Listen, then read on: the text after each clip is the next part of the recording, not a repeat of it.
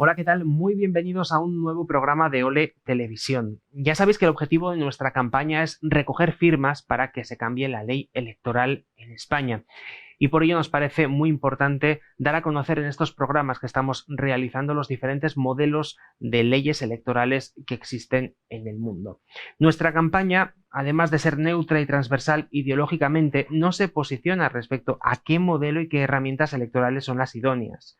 Entendemos que esa responsabilidad es de los ciudadanos una vez hayamos logrado abrir el debate de la reforma. Nuestro cometido político se ciñe a intentar que la idea de la reforma se convierta en preponderante para que resulte más sencillo colocar la reforma en la agenda política. Convencidos como estamos de que no se puede decidir en libertad sin la información necesaria, nos hemos propuesto mostrar los criterios de personas expertas sobre las principales características, las ventajas y también los inconvenientes de los principales modelos y fórmulas electorales. No se trata de realizar un análisis exhaustivo de cada uno de ellos, sino un resumen valorado a modo de introducción que permita tener una idea fundamental desde la cual profundizar a quien lo desee. Vamos a empezar por el sistema mayoritario, también conocido por el de circunscripción única o incluso más popularmente el de diputado de distrito. El diputado de distrito se encuadra dentro de los sistemas mayoritarios. Estos se caracterizan porque el ganador se lleva todos los escaños en juego, aunque lo habitual en este tipo de sistemas es que cada circunscripción solo tenga un escaño en juego, por eso se les llama de distrito o de circunscripción uninominal. Hay varios submodelos, los más importantes son el de mayoría simple en Reino Unido, Estados Unidos, Canadá e India, el de voto alternativo, que existe en Australia, este lo trataremos en otro programa, y el de doble vuelta, que existe en Francia. Hoy vamos a tratar los submodelos de mayoría simple y de doble vuelta, y os vamos a dejar varios links de vídeos interesantes sobre este modelo en la cajetilla de este vídeo. Pero vamos a presentar ya a nuestros tres invitados de hoy. Empezamos con Carlos Ruiz Miguel, es catedrático de Derecho Constitucional. Carlos, ¿qué tal? Muy buenas tardes. Muy buenas tardes, gracias por llamarme para participar en este interesante canal. Saludamos también a Jesús Murciego, es arquitecto de Big Data y es vicepresidente de la asociación Demos. Jesús, ¿qué tal? Muy buenas tardes. Hola, ¿qué tal? Buenas tardes, encantado de estar aquí con vosotros. Y también saludamos a Lorenzo Abadía, empresario y analista político. Lorenzo, ¿qué tal? Muy buenas tardes. Buenas tardes, Xavi, y buenas tardes a todos. Pues empezamos, si os parece, con Carlos. Carlos, sin entrar todavía en las ventajas e inconvenientes, resúmenos en 3 minutos en qué consiste técnicamente este sistema de circunscripción uninominal. Bien, digamos que voy a intentar explicar los dos términos del modelo, desde distrito uninominal, ¿no? Para las elecciones hay que determinar dónde se eligen los cargos. Vamos a hablar ahora de cargos, representantes.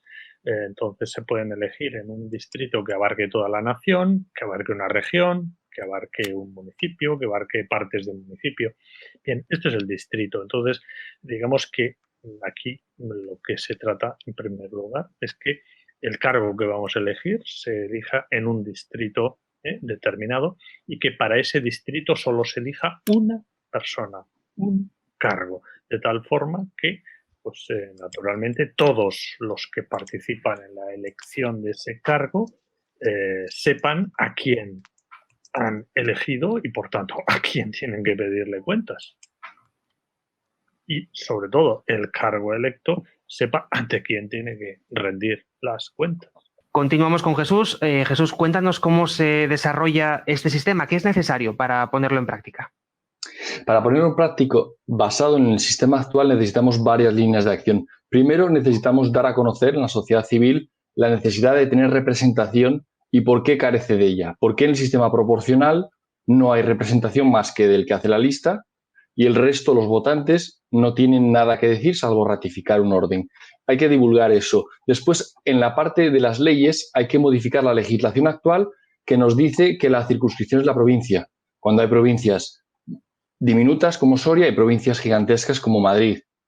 Y siempre los votos de unas valen más que las de otras. Y tenemos el caso de los nacionalistas que están sobrerepresentados y otros partidos infrarrepresentados. Para eliminar eso hay que establecer una tabla rasa de 100.000 habitantes o 150.000, depende de cuántos diputados queramos tener, y hacer un nuevo mapa electoral de España. Nosotros estamos utilizando en la plataforma Demos una tecnología de redistricting, que es una tecnología americana con la que ellos cada pocos años hacen los distritos, porque es que nosotros tenemos en la cabeza que estos distritos de Javier de Burgos de 1830 o esa década son para siempre, por los siglos de los siglos, que estamos condenados a esos distritos. No, no, no, no.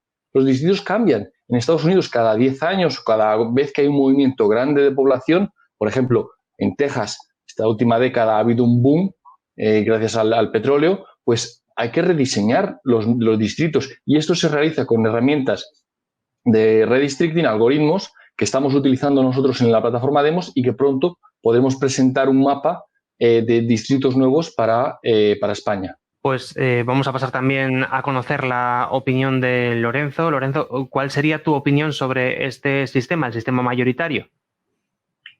Bueno, por seguir un poco con lo que comentaba Jesús, o por opinar, a mí es redibujar constantemente los distritos puede tener, obviamente, puede tener sus ventajas, pero bueno, también tiene sus desventajas. No nos olvidemos que el gerrymandering precisamente surge precisamente por eso, ¿no? Yo creo que la esencia y una de las grandezas del sistema de distrito uninominal es lo que comentaba Carlos al principio, es la responsabilidad personal. Es mucho más difícil diluir la responsabilidad y los compromisos cuando los ha tomado una persona en su propio nombre ante un electorado que, además, por este tipo de circunscripciones, y como comentaba Jesús, pues suele ser pequeño, no suele ser muy grande, y que entonces el vínculo es muchísimo más grande. Es decir, que si la democracia se puede, vamos a decir, dividir en dos grandes bloques, que sería la representación por un lado, el principio representativo, y el de separación de poderes por otro, el principio representativo, yo creo que, al menos en lo que respecta a las cuestiones de carácter personal, de la responsabilidad, pues está mucho más consolidado que otros sistemas. Por eso yo creo que en ese sentido pues tiene una parte, una prima, un plus especial, y que habría que rescatar en un nuevo modelo electoral este principio de alguna forma. ¿Por qué? Pues porque al final, cuando al haber ese vínculo tan fuerte, tan sólido entre el elector y el elegido, el representante, aunque solo sea por interés personal, tiene que actuar de acuerdo a su programa, de acuerdo a sus promesas, con esa responsabilidad. ¿Por qué? Porque sabe que se la está jugando él, no un partido, una gran lista en donde a lo mejor uno pasaba a engrosarla con el número 24, que no lo conocen en ningún sitio. No, en este caso te conocen y te pueden o no te pueden votar en función de lo que hayas hecho. Luego, cuando el diputado, el representante, depende tanto del ciudadano, lo lógico es que trabaje para el ciudadano de una manera mucho más consistente que si no depende absolutamente de nada. Pero además, ya no solo por una cuestión, yo diría que por condición humana, ¿no? Por lo tanto, a mí esa parte, hay otras que no me gustan tanto, pero esa parte a mí me parece fundamental. Carlos, a ti este sistema yo sé que es uno de los que más te gusta. Cuéntame por qué, si tuvieras que elegir uno, elegirías este sistema electoral. ¿Cuáles son las ventajas que te llevarían a ti a votar por este sistema, más allá de las que ya ha comentado Lorenzo? Bien, vamos a ver. Yo creo que es muy importante que no perdamos de vista para qué sirven unas elecciones. Las elecciones pueden servir para varias cosas. Uno de los objetivos de una elección es elegir un gobierno. Otro objetivo puede ser elegir una representación. Claro, depende de para qué queramos unas elecciones. El problema que tenemos en España es que nuestro sistema parlamentario hace que el gobierno lo elijan los representantes. A diferencia de lo que ocurre, por ejemplo, en Estados Unidos o en Francia, en una medida muy considerable, que hay unas elecciones para elegir representantes y otras elecciones para elegir gobierno. Entonces, bien, para elegir gobierno y el problema que tenemos, o yo creo del que hablamos, es sobre todo elegir gobierno, pero también podemos hablar del tema de qué representación queremos. Para elegir gobierno se requiere que haya un gobierno fuerte, es decir, un gobierno que no pueda estar dependiendo de cabildeos, de coaliciones, etc. Y la mejor fórmula para elegir un gobierno de forma incontestable es la fórmula mayoritaria, a través de la cual se elige un jefe del Ejecutivo directamente por los ciudadanos, y ese jefe del Ejecutivo no tiene que estar pactando con unos u otros para gobernar. Entonces, en ese sentido, para que haya un gobierno, y yo creo que uno de los problemas que tenemos en España es que nuestro gobierno es un gobierno que se tiene que componer a través de cesiones en el Parlamento a partidos minoritarios. Para que haya un gobierno que pueda gobernar y que pueda responder a lo que ha ofrecido a los ciudadanos, es, yo creo, muy conveniente la fórmula mayoritaria. Pero si vamos a lo que es la representación, tenemos problemas similares. Es decir, en este momento es obvio, cualquiera lo ve, está en los resultados, que hay partidos con representación parlamentaria que tienen diputados y hay partidos que tienen representación parlamentaria con un número X de votos y partidos que con más votos no tienen ninguna representación parlamentaria. Por tanto, desde el punto de vista de la representación, la fórmula actual tampoco es que no es mayoritaria, tampoco satisface enteramente las necesidades o las aspiraciones de quienes consideran que la fórmula proporcional, corregida o no, pues permite representar distintos intereses, porque en este momento la fórmula proporcional no satisface esto. Luego tenemos, por supuesto, el hecho de que la fórmula proporcional actual, al aplicarse sobre diferentes distritos y no sobre un distrito único nacional, pues nos arroja lo que vemos, que partidos con un número equivalente de votos tienen distinto número de diputados. Entonces, este tipo de problemas están causados precisamente porque el modelo actual, proporcional y por distritos, no es eficiente ni para gobernar ni para representar. Entonces, la fórmula mayoritaria, ¿qué ventajas tiene? Por la primera, permite gobernar sin hipotecas. El ciudadano elige un gobernante. Si el gobernante no responde a lo que ha pretendido el ciudadano, pues el ciudadano ya no lo volverá a elegir en las próximas. Y si no ha hecho lo que ha prometido, pero lo ha hecho mejor, pues en las próximas elecciones el ciudadano le podrá revalidar o no, pero elige el gobernante. Y en cuanto a la representación, pues la fórmula proporcional actual, a mi modesto entender, tiene muchos fallos en cuanto a la representación. Repito, todos sabemos que los partidos nacionalistas, regionalistas, separatistas están sobre representados, tienen más diputados que otros partidos que se presentan en todo el conjunto de la nación y obtienen el mismo número de votos, pero sin embargo no obtienen diputados o obtienen muchos menos diputados. El ejemplo más claro pues es Ciudadanos. El partido Ciudadanos tiene en este momento prácticamente los mismos diputados que Esquerra Republicana de Cataluña, pero todos sabemos que en las elecciones tuvo más votos. ¿Cuál es entonces esa representación? ¿Es justo? ¿Esta representación es justa? Es evidente que no.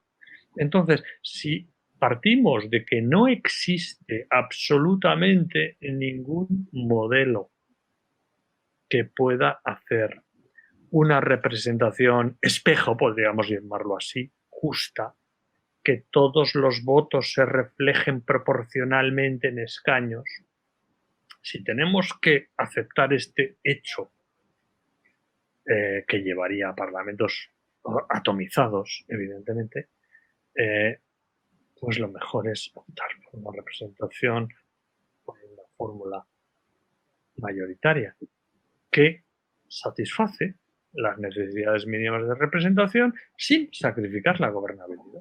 Has comentado muchas cosas, Carlos, pero sí que me gustaría incidir en una, y es que comentabas que en España no elegimos al gobierno, elegimos a unos representantes que van al Parlamento que luego eligen al gobierno, pero Jesús, lo cierto es que los españoles cuando van a las urnas con este sistema se piensan que están eligiendo a un presidente del gobierno cuando realmente no lo hacen.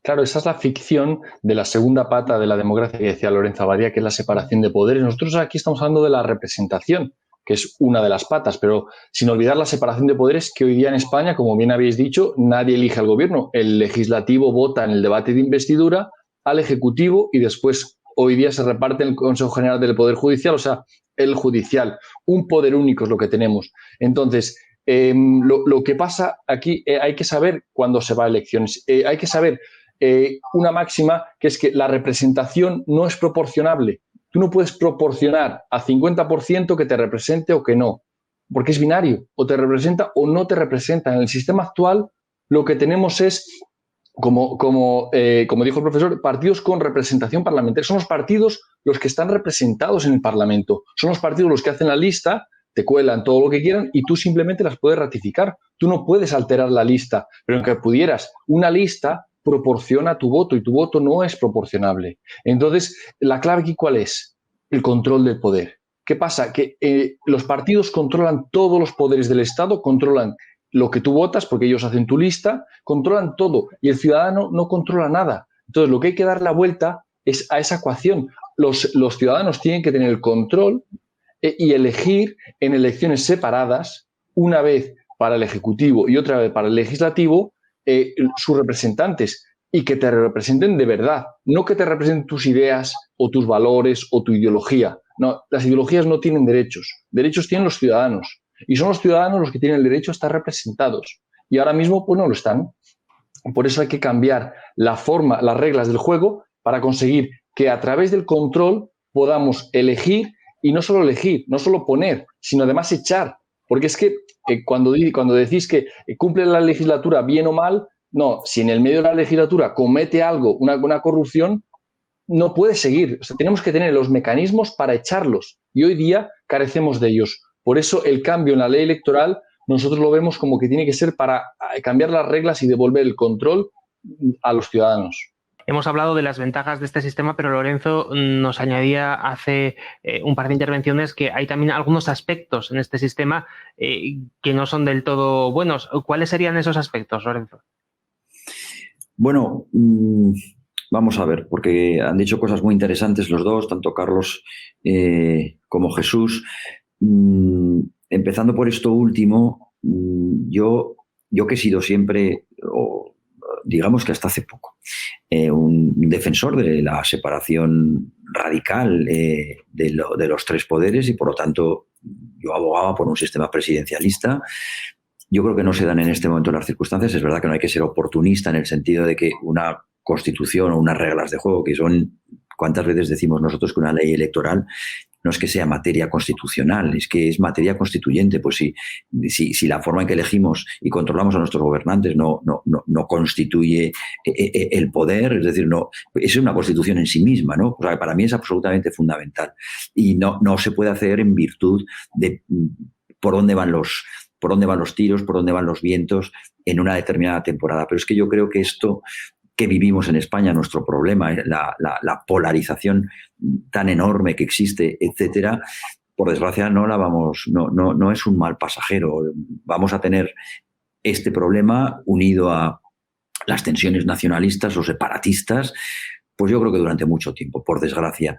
Entonces, a mí me da la impresión de que plantear ahora una reforma de ese tamaño, que ya sería un proceso constituyente, para, hablar o instaurar un sistema presidencialista, teniendo en cuenta cómo quedaría la figura del rey, que sí, que podía ser protocolaria, lo que queráis, pero que sería ya incluso una excepción, una gran excepción en los sistemas políticos comparados, a mí hoy me parece peligrosísimo. Por lo tanto, ese fue uno de los motivos, entre otras cosas, por los que nosotros en otra ley electoral, en OLE, decidimos ceñirnos a abrir y lanzar una campaña que estuviera ceñida exclusivamente a lo que es la reforma de la ley electoral, porque ya de por sí es absolutamente fundamental y sin embargo no toca pues todas estas otras cuestiones que yo creo que, primero, encontrarían menos consenso todavía y, segundo, podrían servir pues para que los enemigos incluso de la propia nación española o de la sociedad española, como estamos viendo, pues tuvieran sus oportunidades, etcétera. A mí me parece peligrosísimo.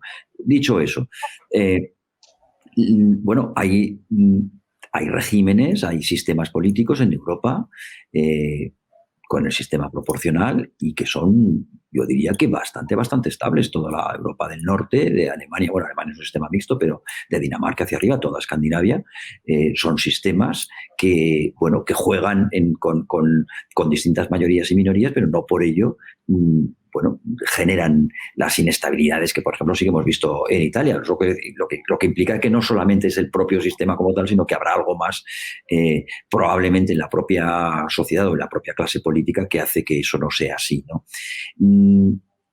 Yo creo que la proporcionalidad, es verdad lo que decía Jesús, lo que la representación en teoría representa personas, pero eso que Hannah Pitkin nombraba ya hace muchos años en un libro que obtiene de una tesis que ella llama la representatividad, yo creo que también es importante en el sentido de que, bueno, también pueden estar representados distintas formas de ver las cosas, distintos programas, etcétera, etcétera. Y con el sistema mayoritario yo veo que eso flaquea, que hay una parte de ideas, de una parte de programas que, por cierto, no tienen por qué ser exclusivamente partidos y además partidos regidos. Una cosa es estar en contra de la oligarquía de partidos que hay en España, sin duda ninguna, o al menos yo lo estoy, y otra cosa es que un sistema más proporcional que el que tenemos, eso lo decía muy bien Carlos, este sistema no es proporcional, proporcional es la fórmula de la ley DONT, con un sesgo ligeramente mayoritario, pero nuestro sistema no es proporcional en absoluto, porque las circunscripciones, en la mayoría de las circunscripciones son pequeñitas, entonces, como puede ser Huesca o Soria o Cuenca o lo que sea, ¿no? Entonces, tampoco está funcionando aquí a la perfección el sistema proporcional. Si hubiera una manera de, y yo creo que puede haberla, si hubiera una manera de evitar que las cúpulas de los partidos políticos tuvieran la fuerza que tienen a la hora de confeccionar esas listas, que no fueran tan grandes, sino bastante más pequeñas, de tal manera que al ciudadano le permitiera conocer, tener la posibilidad de conocer más personalmente a su hipotético representante, a su candidato en ese momento, yo creo que se habrían podido lograr ambas cosas. No es fácil, pero yo creo que dejar completamente de lado lo de la igualdad del voto que tantas veces oímos ahora, yo creo que tampoco es bueno, ¿no? Y quería decir algo también en relación con lo que es la proporcionalidad en España, que, como decía antes, no está funcionando, pero no porque el sistema proporcional no pueda funcionar o no pueda funcionar bien. No, lo es porque tiene ese sesgo, que, por cierto, no, a quien prima de verdad no es a los partidos nacionalistas, a quien prima de verdad es a los partidos mayoritarios. El hecho de que, por ejemplo, UPyD en su momento tuviera con el mismo porcentaje, que además en unas elecciones fue exactamente el mismo, no sé si era el 1,01 que el PNV, y uno obtuvo un diputado y el otro obtuvo 6, no es porque el PNV estuviera representado. Luego podemos hablar de los pactos de gobierno, que allí sí que lo están. Pero no. Lo que pasaba es que UPyD estaba, o Izquierda Unida, o el Partido Animalista, o los pequeños, que están tremendamente infrarrepresentados. El sistema nuestro de circunscripciones provinciales con la ley DONT, a quien beneficia de verdad es a los partidos mayoritarios, es decir, a los hegemónicos, es decir, al PSOE y al PP. Pues si os parece, vamos a hacer un pequeño alto en el camino para recordar a toda la gente que nos está viendo que puede firmar esta campaña de otra ley electoral. Para ello, como bien sabéis, hemos puesto en marcha una página en change.org, tenéis el enlace aquí abajo, podéis entrar y firmar esta petición del cambio de sistema electoral en España. También puedes hacerlo a través de nuestra página web, otraleyelectoral.es. Participa en nuestra campaña. Entra en nuestra página web y firma por otra ley electoral. No nos queda mucho tiempo, pero sí que me gustaría darles un último turno de palabra a nuestros 3 invitados de hoy para que a modo de conclusión nos dieran unas últimas pinceladas sobre el tema que estábamos tratando hoy, que es el sistema uninominal. Empezamos contigo, Carlos. Adelante. Bueno, yo no estoy muy de acuerdo con lo que ha dicho Lorenzo, de que los partidos nacionalistas, etcétera, no están sobre representados. Basta ver, pues no sé, por ejemplo, el porcentaje de voto, ¿no?, de algunos partidos. Pensemos, por ejemplo, el 0,29% del Partido Regionalista de Cantabria. Con el 0,29% tiene un diputado. No me parece que, bueno, esto cuadre, ¿no? Bueno, el 0,29, Carlos, el 0,29, que es el 0,30 de 350, te da justo un diputado.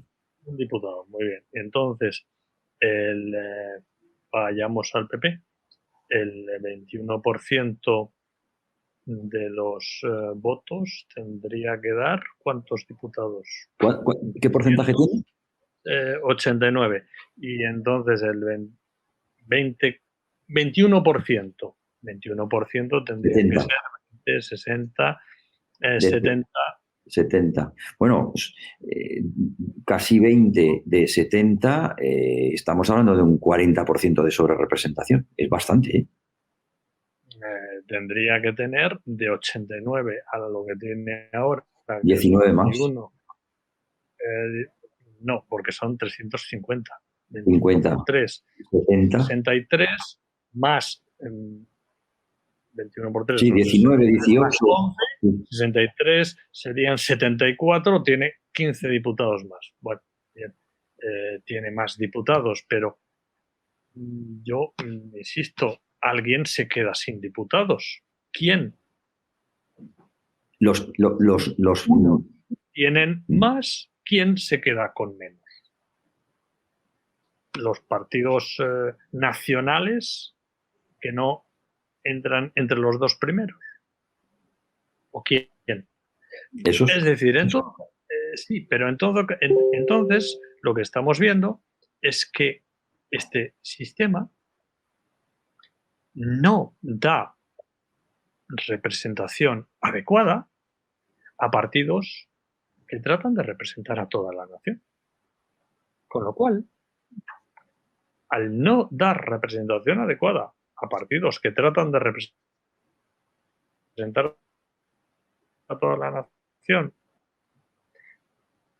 pero sí dar representación a partidos que no tratan de representar a toda la nación, está impidiendo a la nación. Porque aunque sí, vale, pueda sobre representar a ciertos partidos teóricamente nacionales, el hecho de que a partidos nacionales se les infrarrepresente, lo que hace es dejar la puerta abierta a que esos partidos no nacionales que no buscan el interés nacional y que sí que están representados puedan efectivamente condicionar la gobernabilidad. Esto evidentemente es una disfunción muy seria. Yo creo que la fórmula mayoritaria evitaría este tipo de problemas. La fórmula mayoritaria, pues evidentemente, implicaría pues que los separatistas se llevan diputados en el conjunto. Yo creo que esta fórmula no provocaría falta de gobernabilidad. Y esto es muy importante. Es decir, la representación, no hay representación, yo creo que todos estamos de acuerdo, no hay fórmula ninguna que garantice la mejor representación, porque siempre hay huecos. Por ejemplo, ¿qué ocurre con los votos en blanco? ¿Por qué no se quedan esos escaños vacíos? Bien, hay muchas cuestiones que se podrían plantear. ¿Qué ocurre con los votos que no se han traducido en escaños? ¿Qué pasa con esos votos? ¿Esos votos qué ocurre? Digamos que hay muchos problemas, ¿no? Pero a donde yo voy, en un sistema parlamentario como el nuestro, el Parlamento no solo busca representar, busca también elegir un gobernante. Y en esta situación en la que ese gobernante tiene que tener la mayoría de esa Cámara, nuestra fórmula proporcional, las fórmulas proporcionales en general, no favorecen la gobernabilidad. ¿Por qué en países del norte de Europa no hay estos problemas que tenemos aquí? Bueno, pues entre otros problemas, porque no hay separatismos, para empezar, lo cual ya es muy importante, o los separatismos que hay son tan muy mitigados. En el caso de las Islas Åland en Finlandia o las Faro en Dinamarca, pero bueno, bien, son separatismos que por su propia naturaleza no pueden condicionar el gobierno. Entonces, aquí el problema que tenemos es que estas fórmulas permiten que no se pueda elegir un partido que gobierne sin hipotecas. Y para mí eso es lo más importante. Jesús, a modo de conclusión, la última intervención. Pues hemos hablado aquí de que hay partido, habéis hablado de que están infrarrepresentados, sobrerepresentados los partidos. Lo que tiene que estar representado son los ciudadanos. Y actualmente los ciudadanos no están representados porque ellos no hacen la lista, no escogen quién va en la lista la escoge alguien. ¿Quién la hace la lista? Pues en el PP, Casado, ¿no? Hace la lista y él escoge, él elige. La elección la realiza el que hace la lista. El votante ratifica A o B, tanto que la lista podía estar vacía. Podían ir con la lista del PP en blanco, con la lista del PSOE en blanco y rellenarla después de las elecciones. Iba a dar igual.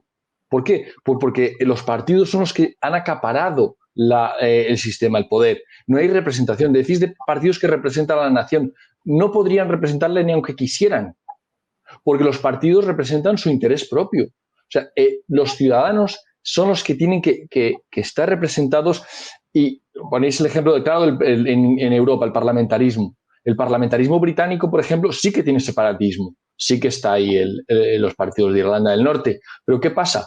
Que gracias al sistema mayoritario, las minorías no dominan a las mayorías. La mayoría es la que tiene el gobierno y puede gobernar. O sea, si queremos un parlamentarismo a lo británico, pues ¿qué sistema tienen los británicos? El mayoritario. Quizá ellos no tienen la doble vuelta, es el fallo que tienen, pero eso se corrige en Francia con la doble vuelta.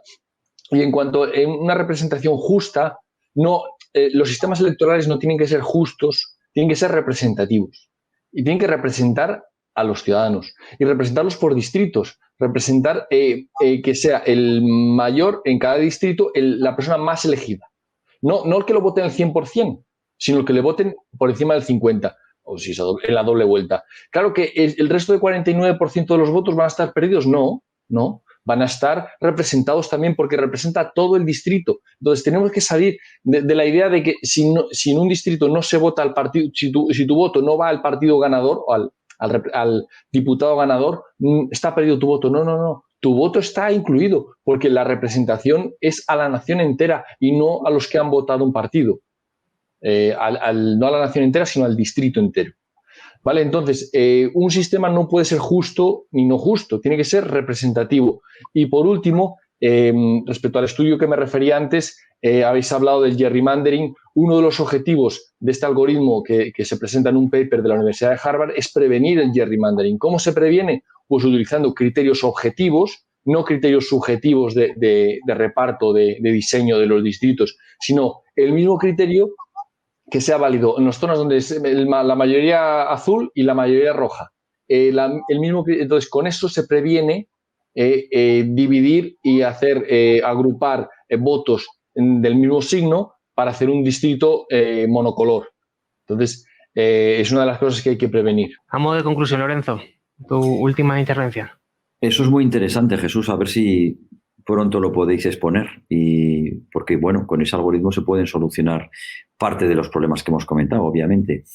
Bueno, que no parezca que yo he defendido a los nacionalistas y a los nacionalismos, porque no ha sido así. Lo único que digo es que las matemáticas nos dicen que desde el punto de vista meramente electoral, los que se sienten beneficiados por el sistema electoral que tenemos en España son los partidos mayoritarios de corte, de carácter nacional, ¿no? Y ahí sí estoy de acuerdo con Carlos, los que están en franca minoría o desventaja son los partidos nacionales minoritarios, ¿no? Eso es así. Otra cosa es que políticamente, y ahí también estoy de acuerdo con Carlos, quienes sacan verdaderamente partido, tajada de la situación del sistema político español son precisamente los partidos nacionalistas que están utilizando su bisagra, igual les da un sitio pactar con unos que con otros constantemente, pues al final, para minar la soberanía nacional, sin duda ninguna. Y la soberanía nacional, que la queramos minar los españoles, todos los españoles, por ejemplo, en un proceso de integración europea, es una cosa en la que yo estaría de acuerdo, pero entendería quién no. Y otra cosa es que la soberanía nos la minen una parte que además lo que pretende es separarse. No tiene sentido. Por lo tanto, una cosa es que electoralmente la ley, electoralmente, matemáticamente, no les beneficie tanto como muchos creemos, pero desde luego políticamente sí. Por eso yo creo que el sistema político, el sistema electoral español está completamente pervertido. Es un sistema perverso. ¿Por qué? Por las dos cosas fundamentales que hemos dicho aquí. Porque los partidos acaparan una fuerza enorme a la hora de seleccionar a sus diputados, que son casi funcionarios de partido, y por otro lado tenemos el problema de los nacionalistas. Por lo tanto, y a modo de conclusión, es verdad que el diputado de distrito, es decir, la fórmula del distrito uninominal, pues contribuye mucho a quitar el poder a los partidos políticos y probablemente también a consolidar mayorías sin necesidad de los nacionalismos. ¿Hay otros sistemas? Yo creo que también hay otros sistemas, pero desde luego este